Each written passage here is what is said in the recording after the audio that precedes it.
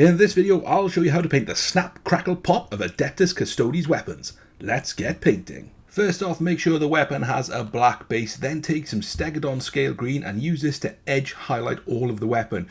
You can go fairly chunky here because we are going to be adding and refining the highlights as we go.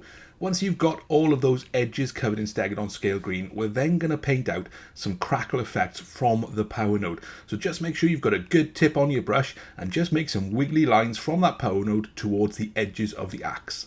Next up, we're going to do exactly the same using Sotek Green, focusing on those edges and also those crackle lines. Try and keep this as tight as you can. You're looking to paint it inside the Stegadon scale green, and what we're looking to do is really build up the bright blue highlight to a white on the brightest areas. We're really starting to refine these highlights now, so next up is Temple Guard Blue, and we're looking to do the same thing by catching those sharpest edges.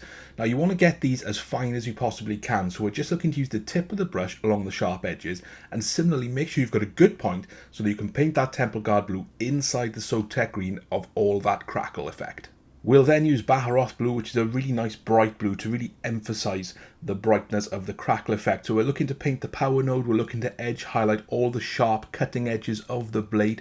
Again, making sure that we're using a nice fine point on our brush and also those crackle effects. Focusing more towards the edge of the blade where it's going to be brighter because that's where it's going to be hotter. Finally, we'll take some white. Now I'm using bold titanium white. You can use whichever white you prefer. And we're just going to use this fairly sparingly. We're going to use it on the power node. We're going to use it on the sharpest edges of the axe. And we're also going to use it on those crackle effects where they crisscross, as that's going to give the impression that it's a bit of electricity jumping off itself and sparking. And there we have it, a really easy and effective Custodes power weapon. Now I've shown you how to do this on an axe. You can do this on the spear and the swords. All you need to remember is to highlight the sharpest edges and make sure the crackle effect emanates from the power node.